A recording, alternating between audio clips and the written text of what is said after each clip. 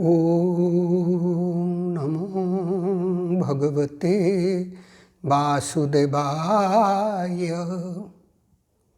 In India, in our Sanatana tradition, we find a special type of a pilgrimage. In pilgrim places, people walk around the pilgrimage. That is called parikrama, walking around. Barefoot they walk. In different pilgrimage places like Braja, we find 84 कोस परिक्रमा, walking 84 cos. I will say what is cos. Similarly, in Ayodhya, there is Panchakosi, 14 Kosi, 84 Kosi परिक्रमा, walking 5 cos, 14 cos and 84 cos. Similarly, in Panchavati, there is parikrama. In Kashi, there is Panchakoshi parikrama.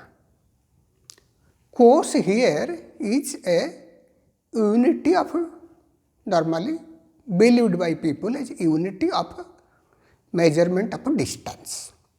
Nowadays, people are not using that unit, they are using meter, kilometer. So, one course is equal to 3 kilometer 200 meter.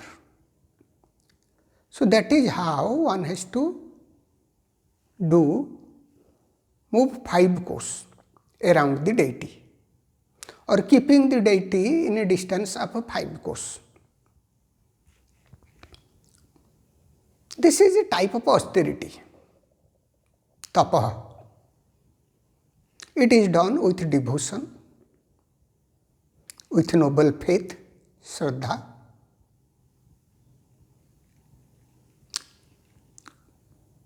At the center there is the main deity.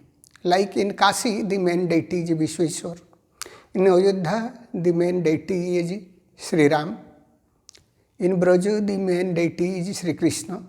So, there is a main deity.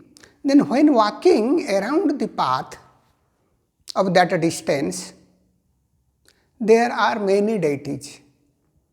So, what they do?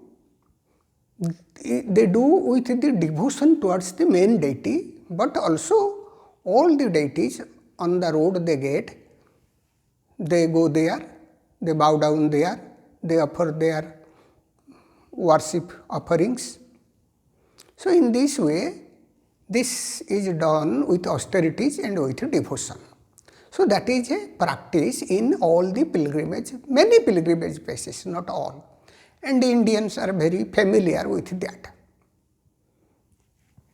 But what is the inner meaning for a yogi of that practice?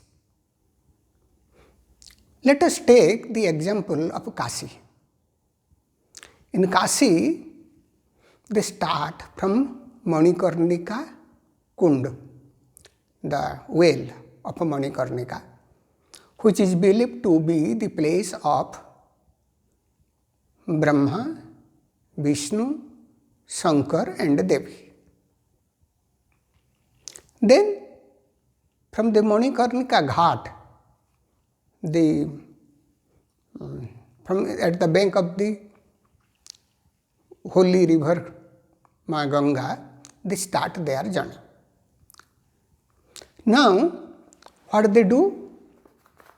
They again making a round, keeping the central deity Vishweshwar at the center, and again come to the same place. On the way, there are 5 stoppages. They start from Manikarnika, then the next stoppage is Kardameshwar. The distance is 3 kos. Then from next Kardameshwar, next stoppage is Bhimchandi. The distance is 5 kos. From Bhimchandi to Rameswar, the distance is 7 kos. From Rameswar to Shivpur, the distance is 4 kos. From Shivpur to Kapildhara, the distance is 3 kos. Then from Kapildhara to Manikarnika, again distance is 3 kos. In this way, they cover 25 kos, around 80 kilometers. Now, they complete 25 kos, but it is said Panchakoshi, 5 kos parikrama. So, what it is? The spiritual significance also we have to understand. We should do this. This is necessary for developing austerities, for developing devotion, to purify our physical body and mind. But for a yogi, this Panchakoshi parikrama is moving around 5 seats. I said that there are 5 stoppages. Now the Manikarnika is here.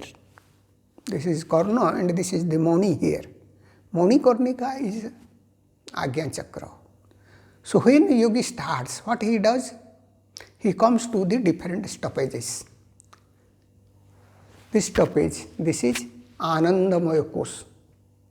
The name is Kos. Kos means covering. Kos also means treasure. And also Kos means distance, unit of distance. So, first is the bliss seat, first stoppage. The next stoppage is Vijnanamaya Kos, the knowledge seat. The next stoppage is mind seat. The next stoppage is vital seat. The next stoppage is food seat. So, in this way, Annamaya Kosa, food seat, Pranamaya Kosa, vital seat, Manamaya Kosa, mind seat, Vijnanamaya Kosa, knowledge seat, Anandamaya Kosa, bliss seat. When our consciousness remains with the physical body, means we identify ourselves with the physical body. We are in food seat. When we identified our consciousness remains in vital body, vital activities, 5 pranas, prana, apana, samana, vyana, udana, and 5 karmendriyas, the organs of actions. We remain in vital seat.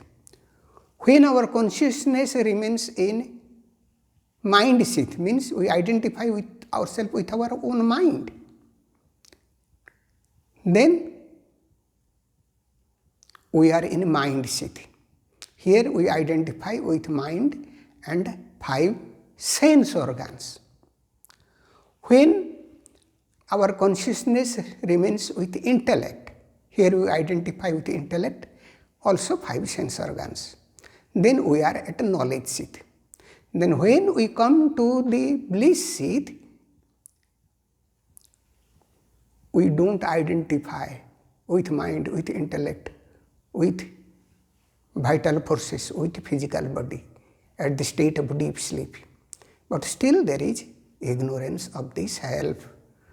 Now that is the bliss seat. But since we don't see the multiplicity, we don't see the duality, we don't see the world, we are in a state of bliss. So this is the movement of consciousness. And then finally we come to the self.